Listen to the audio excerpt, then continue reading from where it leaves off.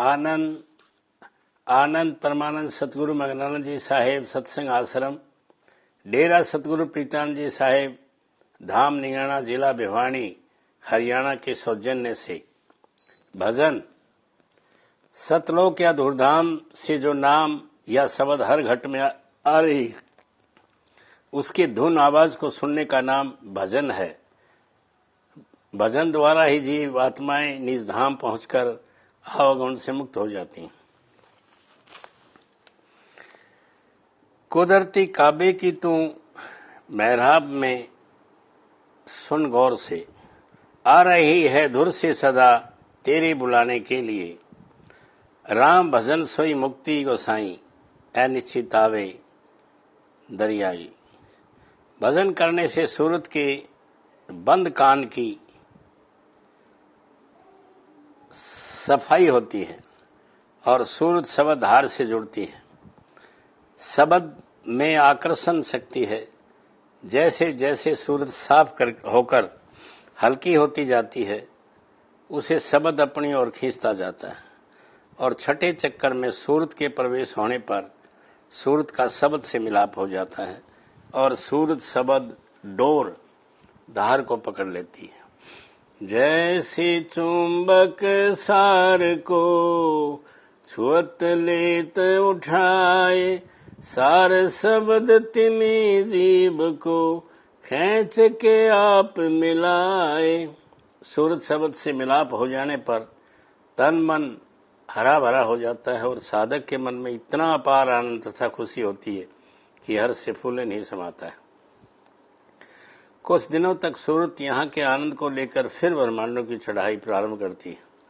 सहस्रदल कमल, त्रिकुटी, ब्रह्म सुन पार ब्रह्म और भवनुगुफा पार करती हुई सूरत एक दिन अपने निज धाम सतलोक में पहुंच जाती है और सौरदा के लिए जन्म मरण से मुक्त हो जाती है।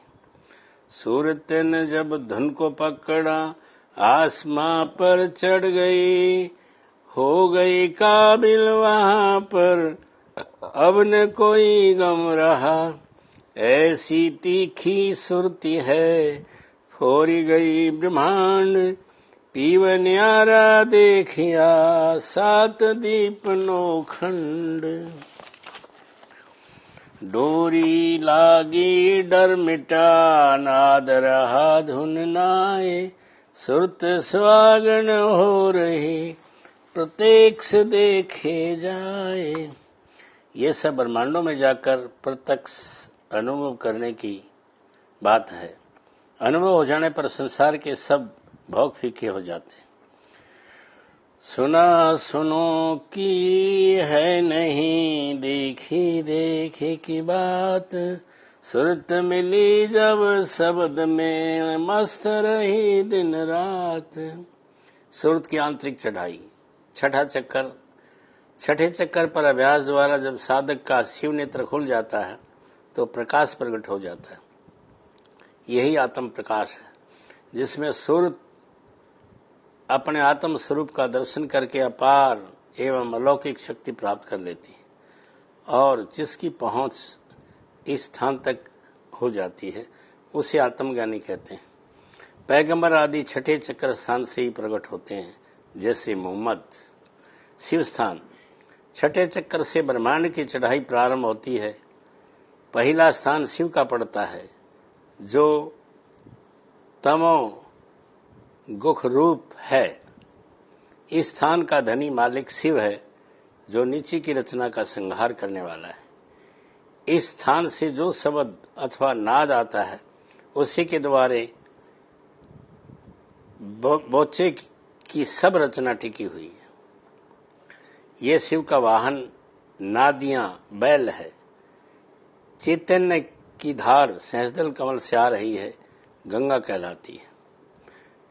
अपना केंद्र इस शिव स्थान पर बनाती है, इसलिए यहाँ पर शिव की जटा में गंगा दिखलाई जाती है। ब्रह्मा व विष्णु का स्थान, इस स्थान के बाद ब्रह्मा का रजोगुण स्थान पड़ता है। इस स्थान के धनी ब्रह्मा है जो सृष्टि की रचना करने वाला है। इसके ऊपर विष्णु का सतोगुण स्थान पड़ता है। इसके धनी विष्णु हैं। सहस्रदल कमल, इसके बाद 3 गुणों के ब्रह्मा विष्णु व शिव लोकों के पार कर सूरत सहस्त्रदल कमल पर पहुंचती है। इस स्थान के धनी निरंजन भगवान हैं। इन्हीं को ईश्वर, नारायण और श्याम सुंदर भी कहते हैं। सहस्त्रदल कमल से हजारों धारें निकली हैं जो 3 लोक, आकाश, पाताल और मृत्यु लोक का काम दे रही हैं। इसी को शेषनाग भी कहते हैं, क्योंकि इसी के सहारे नीचे की सारी रचना टिकी हुई है। इसलिए इस पृथ्वी को शेषनाग के फण पर टिका हुआ कहा जाता है। यह माया अपनी मौनी रूप दिखाकर सूरत को अपने में लिप्त करने की चेष्टा करती है, परंतु चैतन्य धार के साथ रहने से इसका कोई प्रभाव नहीं पड़ता है। घंटा और शंख की 2 धुनें यहाँ हो रही हैं और रूप ज्योति स्वरूप है। दूसरे दर्जे का अवतार इसी स्थान से होता है, जैसे महावीर आदि। इसी स्थान तक साधक को पहुंच हो जाने पर उसे योगी कहा जाता है। सहस्त्रदल कमल के आनंद स्थान में साधक की सूरत कुछ समय तक रहकर फिर त्रिकुटी धाम की चढ़ाई करती है। त्रिकुटी ब्रह्म पद। सहस्त्रदल कमल के ऊपर त्रिकुटी धाम है और इसका धनी ब्रह्म है। ब्रह्म से माया और 3 गुण सत्य, रज, तम की उत्पत्ति हुई है। इस स्थान को ओम या ओंकार पुरुष कहा है। यहीं से 4 वेदों सामवेद, यजुर्वेद, ऋग्वेद और अर्थवेद की उत्पत्ति हुई है। सूरत जड़ चेतन की पहली गांठ इसी स्थान पर लगी है। उड़ता यानी अज्ञानता इसी स्थान से आरंभ हुई। इस स्थान पर 2 धुनें हो रही हैं, एक बादल की गरज, दूसरी मृदंग बाजे की आवाज। और रूप सवेरे के उदय होते हुए लाल रंग के सूर्य के समान है। यही ब्रह्मा का हिरण्य गर्भ रूप है। इसी स्थान से प्राणों को सूक्ष्म धारें निकली। यहाँ के धनी को प्राण पुरुष या प्रत्यय कहते हैं। प्राण नाम से अभ्यासियों का यही इष्ट है और यहीं इनका अभ्यास समाप्त हो जाता है। इसी स्थान तक पहुंचने वाले को योगेश्वर अथवा योगेश्वर ज्ञानी कहते हैं। यहीं से अवतार जैसे राम और कृष्ण और योगेश्वर ज्ञानी जैसे व्यास और वशिष्ठ, ऋषभ देव आदि प्रकट हुए। त्रिकुटी में जब साधक की सूरत पहुंचती है, इसका सब भेद मालूम हो जाता है। त्रिकुटी स्थान में पहुंचने में पहले बेहद विरज आग उठती है। ऐसी दशा में साधक को अपने इष्ट ब्रह्म से मिलने के सिवा, मन और को अपने इष्ट ब्रह्म से मिलने के सिवा कोई विचार नहीं उठता।